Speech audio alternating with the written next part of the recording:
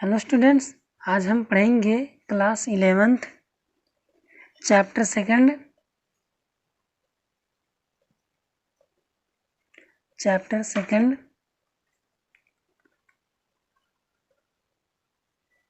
Classification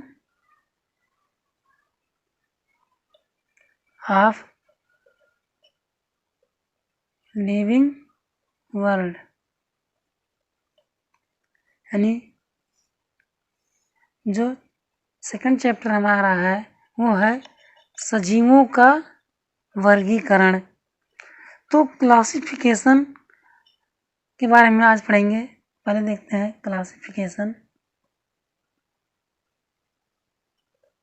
classification यानी वर्गीकरण की वह पद्धति जिसके अंतर्गत हम विभिन्न जीवधारियों का अध्ययन करते हैं और उनके लक्षणों को ध्यान में रखकर वर्गीकृत करते हैं, उसे हम क्या कहते हैं? क्लासिफिकेशन। तो नोट कर लेते हैं, the process of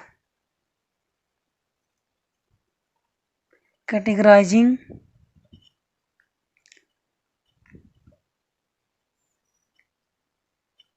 different organism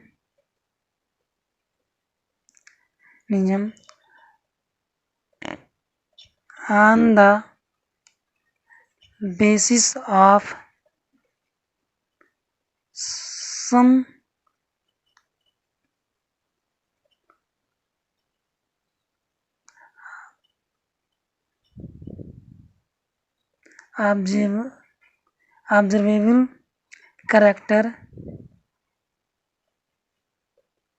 observable character is known as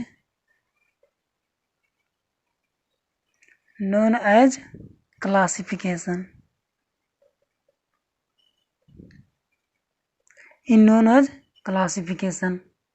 तो वर्गीकरण की वह पद्धति जिसके अंतर्गत हम विभिन्न जीवधारियों को उनके प्राप्त लक्षणों के आधार पर वर्गीकृत करते हैं, उसे हम क्या कहते हैं? क्लासिफिकेशन कहते हैं। तो क्लासिफिकेशन जो है, क्लासिफिकेशन को सबसे पहले एरिस्टोटल ने क्या किया था? बताया था। एरिस्टोटल ने सबसे पहले क्या किया था कि क्लासिफिकेशन को बताया था। इस कारण इन्हें father of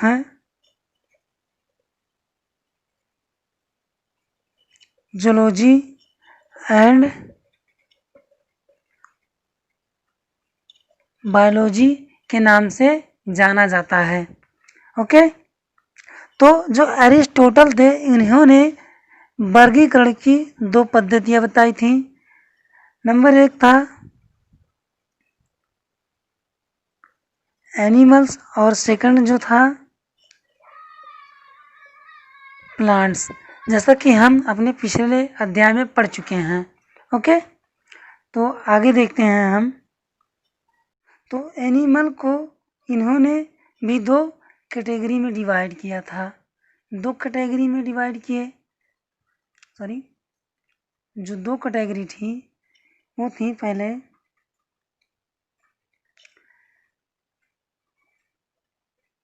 red blood corpus, यानी जिनमें लाल रक्त पाया जाता है, और दूसरा था do not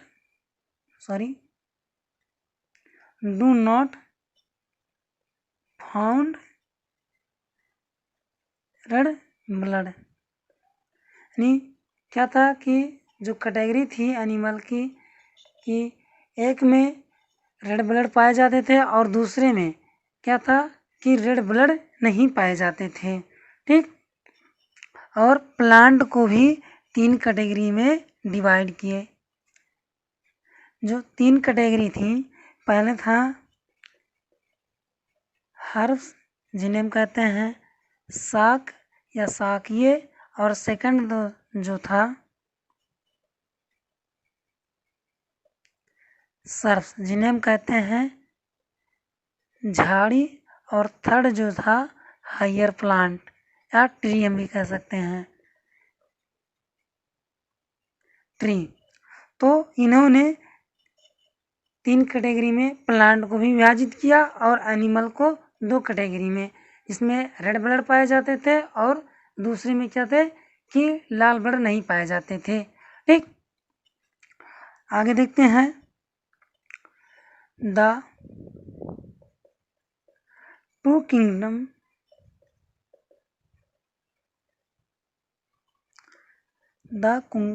to kingdom system are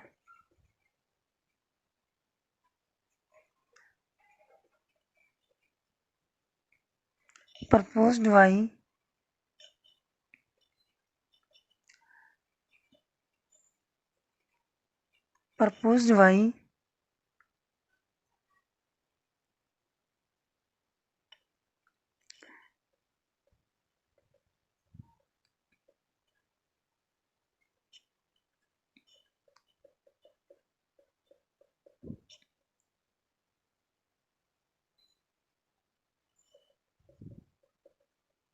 Carolus Linnaeus. The two kingdom system are proposed by Carolus Linnaeus, यानी जो द्विनाम पद्धति के जन्मदाता कैरोलस लीनियस को माना जाता है। इन्होंने क्लासिफिकेशन की 2 पद्धतियां बताई थी, जो था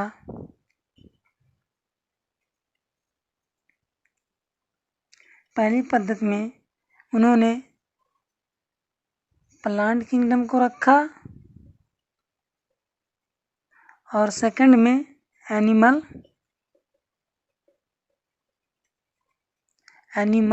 किंगडम को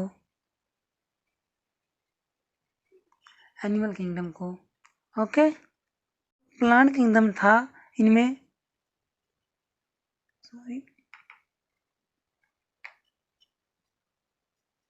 सेल वॉल आर प्रेजेंट, क्या था कि कोशिका भित्ति पाई जाती थी और इनको कैटेगराइज किया गया into plant kingdom, present into plant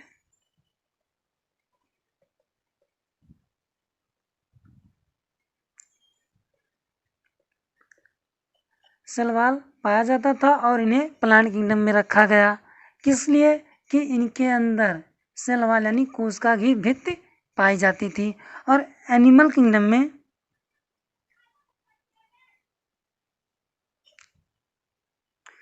क्या था कि सेल वॉल जो था एब्सेंट था, सेल वॉल एब्सेंट था और इन्हें कैटेगराइज किया गया, कैटेगराइज इन एनिमल किंगडम और इन्हें कैटेगराइज किया गया एनिमल किंगडम के अंतर्गत। तो आगे देखते हैं नोट के तौर पे जो विशेष बात है, some organism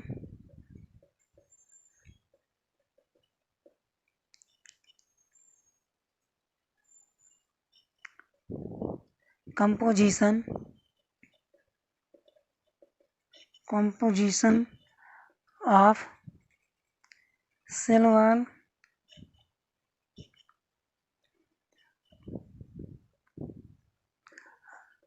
are different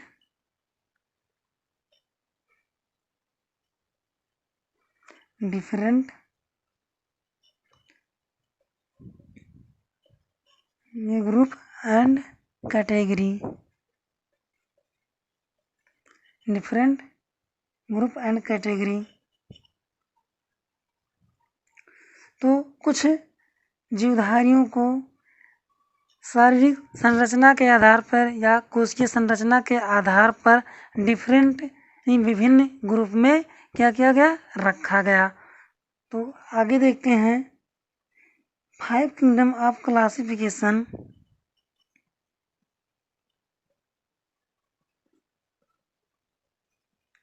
5 kingdom of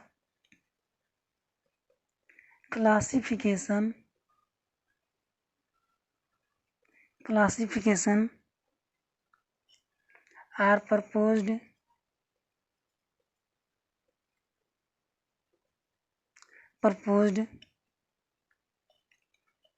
by R.H. Whittaker.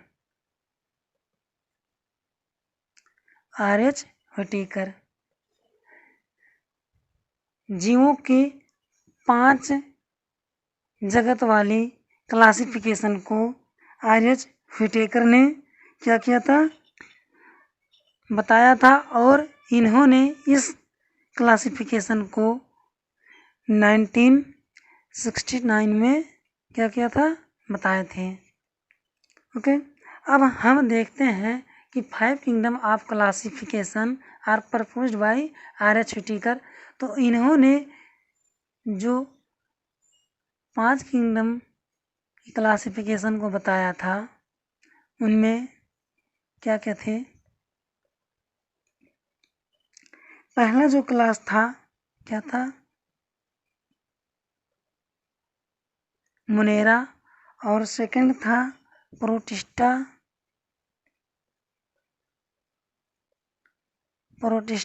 और थर्ड था फंजाई, और फोर्थ प्लांटी, और 5 एनिमल्स, तो सॉरी एनिमेलिया। इन्होंने आर.एच. व्हिटेकर ने सजीवों की 5 किंगडम या 5 किंगडम ऑफ क्लासिफिकेशन को बताया था, जिनके अंतर्गत class Monera, protista, fungi, Plantae और एनिमेलिया को रखा था। अब इनका हम अध्ययन करेंगे। तो पहले हम देखते हैं क्लास मोनेरा को, या आप ऐसे ही जान लेते हैं, मोनेरा को छोड़ देते हैं अभी, कि 5 किंगडम ऑफ क्लासिफिकेशन का अध्ययन हम किस बेस पे करेंगे। तो जो हमारा बेस होगा पहला, सेलुलर स्ट्रक्चर, और जो दूसरा होगा थैलस ऑर्गेनाइजेशन,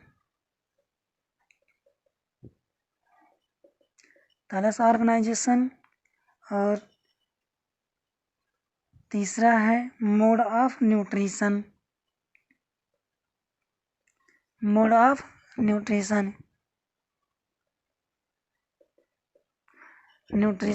और फोर्थ जो हमारा है वो है रिप्रोडक्शन।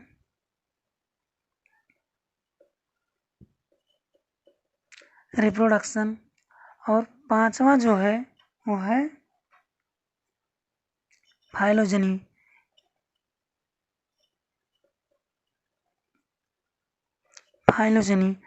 अब सेल स्ट्रक्चर यानी कोशिकीय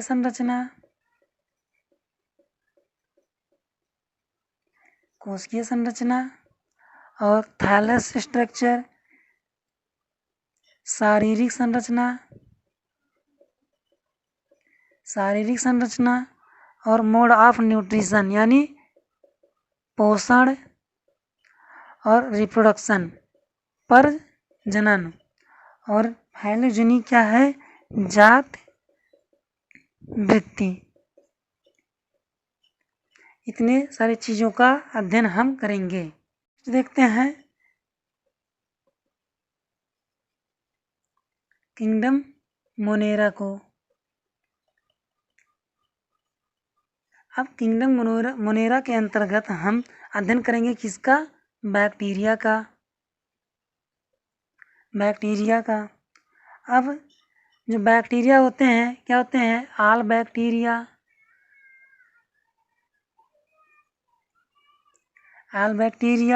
क्या होते हैं, आर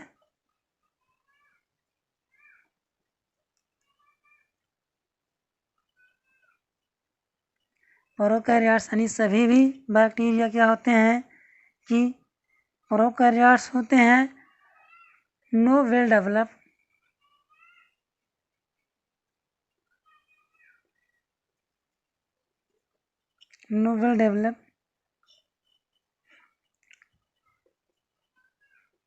ट्रू न्यूक्लियस। क्या होता है, इनमें सख्त न्यूक्लियस नहीं होता है, या ऐसे भी कह सकते हैं कि मतलब ये एक कोशिकीय जीव होते हैं। अब ये पाए कहाँ जाते हैं? They are world wide distributed.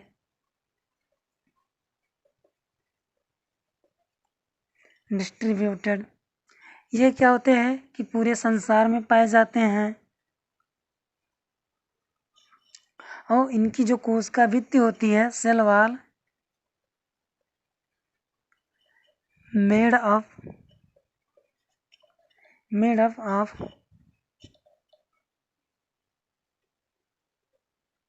पेप्टाइडोग्लाइकान।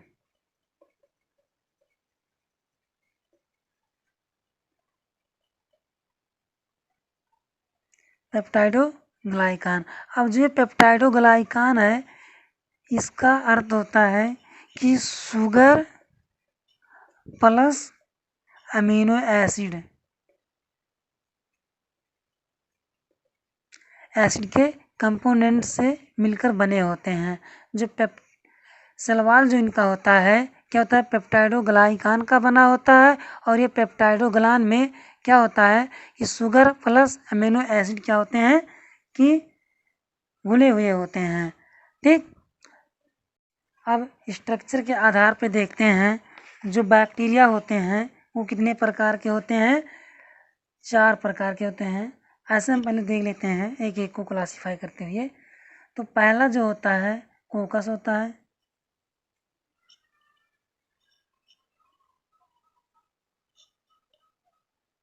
कोकस होता है। अब कोकस की जो संरचना होती है कुछ इस तरीके की होती है।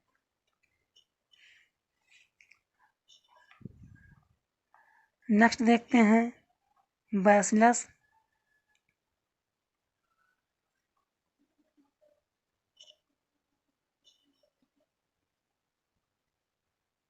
बैसिलस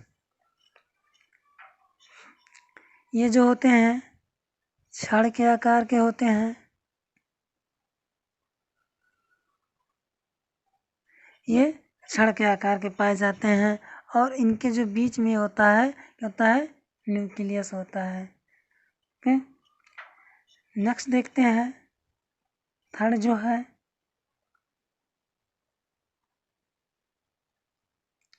स्पाइरलम, SP स्पाइरलम या स्पाइरला भी कहते हैं। ठीक, तो इनका जो स्ट्रक्चर होता है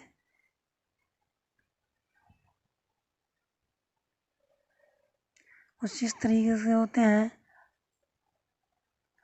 और ये फ्लैजिलेटेड होते हैं। ठीक, जो ये होता है ये फ्लैजिला होता है। अब फ्लैजिला पाए जाते हैं इनके अंदर, जिसके कारण ये एक स्थान से दूसरे स्थान तक जा सकें, यानी मोशन कर सकें, मूवमेंट होता है। और ये जो है बैक्टीरिया है वो क्या है? स्पाइरिला का है। 4 देखते हैं विब्रियो कैलोरी जिसे हम कहते हैं। विब्रियो, चौथा जो होता है विब्रियो, ये क्या होते हैं कि जो कोष्टक का निशान होता है उसके आकार के पाए जाते हैं।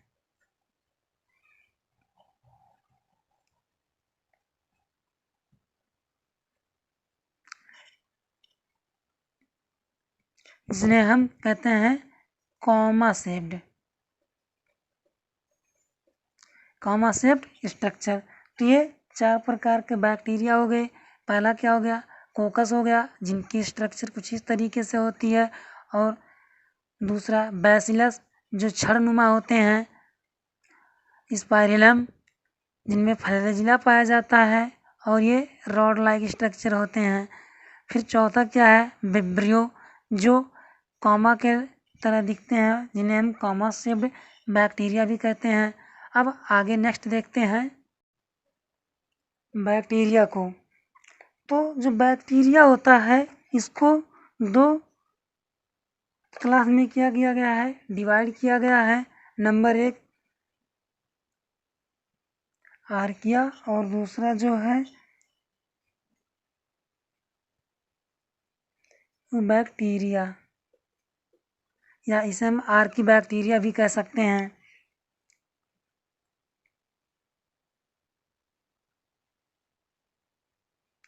जो आर्किया होता है ये क्या होते हैं, किसी भी परिस्थिति में क्या करते हैं कि जीवित रह सकते हैं, और इनमें क्या होता है ये यूनिसेलुलर होते हैं। ठीक, इनका जो एग्जाम्पल है आर्किया का वो है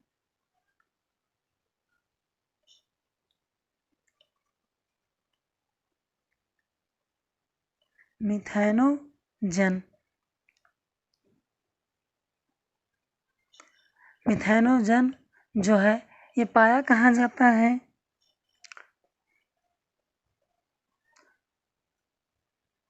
फाउंड इन कैटल गट, यानी जो जीवधारी होते हैं, काऊ हो गया, उनके ये इंटेस्टाइन में पाए जाते हैं, मुख में पाए जाते हैं। ठीक, इंटेस्टाइन में पाए जाते हैं। और जो ये गैस निकालते हैं CH4 गोबर के थ्रू। और सेकंड देखते हैं हेलोफिलस।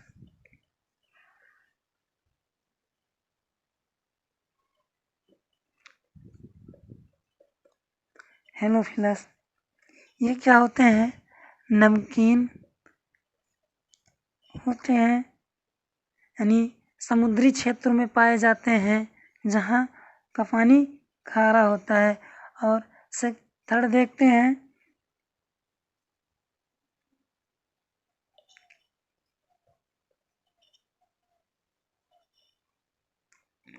थर्मो एसिडो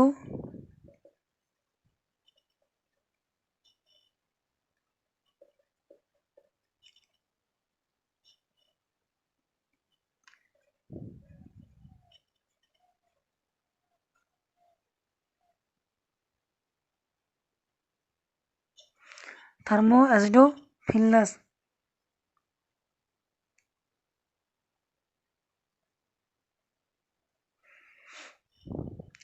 अब बात करते हैं हम ये बैक्टीरिया का, जिनमें क्या होता है कि ट्रू न्यूक्लियस पाया जाता है, ट्रू न्यूक्लियस पाया जाता है। ओके, अब इन बैक्टीरिया के अंतर्गत क्या होता है कि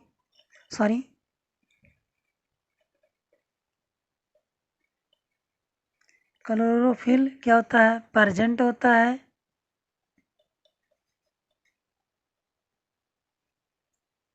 क्लोरोफिल प्रेजेंट होता है। एग्जाम्पल इसका जो है साइनोबैक्टीरिया। साइनोबैक्टीरिया हो गया, जिसे हम क्या कहते हैं BGA, जिसका पूरा नाम है ब्लू ग्रीन एल्गी। दूसरा देखते हैं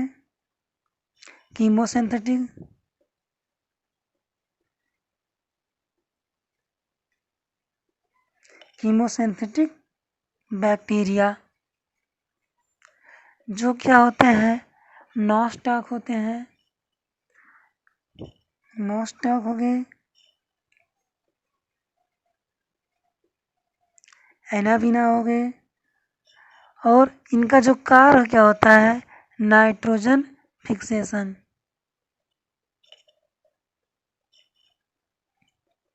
ये क्या करते हैं, नाइट्रोजन का फिक्सेशन करते हैं। और ये जो नॉन-स्टॉक एनाबीना होते हैं ये पाए कहाँ जाते हैं, प्लांट के रूट सिस्टम में पाए जाते हैं, रूट्स में पाए जाते हैं। ओके, अब बात करते हैं रिप्रोडक्शन। बैक्टीरिया में क्या होगा? जनन।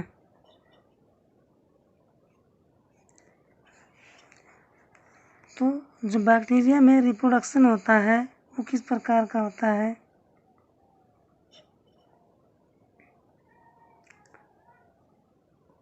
Bacteria are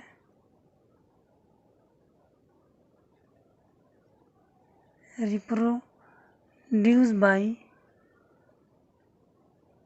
many type of reproduction. अब जो इनमें रिप्रोडक्शन होता है बैक्टीरिया में, फर्स्ट क्या होता है? कॉन्जुगेशन होता है। कॉन्जुगेशन होता है। जो कॉन्जुगेशन होता है उनमें क्या होता है? Cell to cell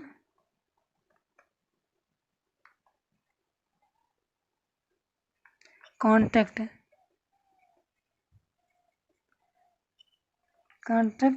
and DNA, यानी एक सेल से दूसरे सेल क्या करते हैं? आपस में मिलते हैं और जेनेटिक मटेरियल यानी डीएनए का क्या होता है? ट्रांसफर होता है। सेकंड देखते हैं, ट्रांसडक्शन।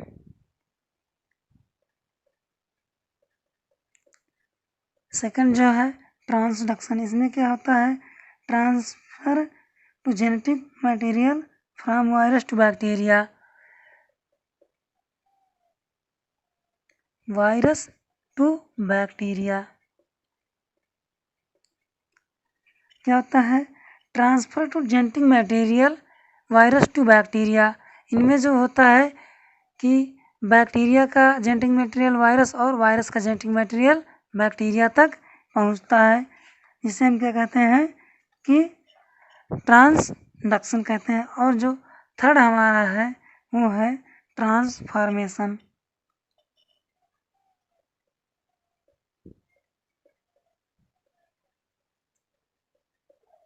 ट्रांसफॉर्मेशन इसमें क्या होता है कि बैक्टीरिया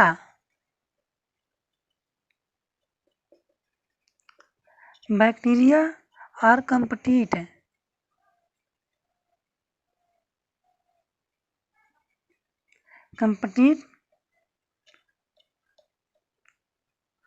to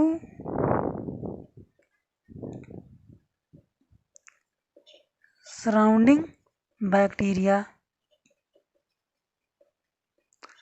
क्या करता है कि जो बैक्टीरिया होता है ये क्या करता है कि अपने आसपास के बैक्टीरिया से क्या करता है? कंपटीशन करता है। किसके लिए?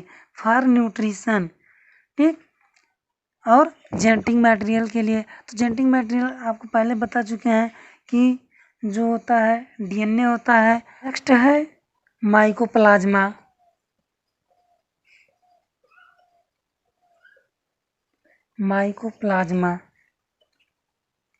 तो जो माइकोप्लाज्मा होता है ये क्या होता है? स्मॉलेस्ट लिविंग सेल होता है। जो इसकी सेल होती है सबसे छोटी होती है। सेल वॉल क्या होता है इनमें? एब्सेंट होता है। और थर्ड पॉइंट है विदाउट O2 यानी oxygen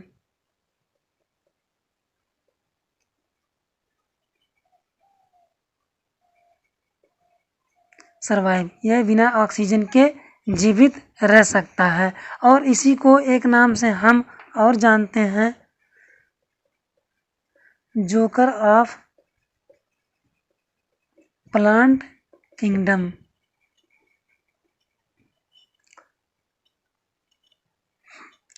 so thanks for watching. दोस्तों अगर वीडियो अच्छा लगा तो हमारे चैनल को सब्सक्राइब करिए, शेयर करिए और वीडियो को लाइक करिए।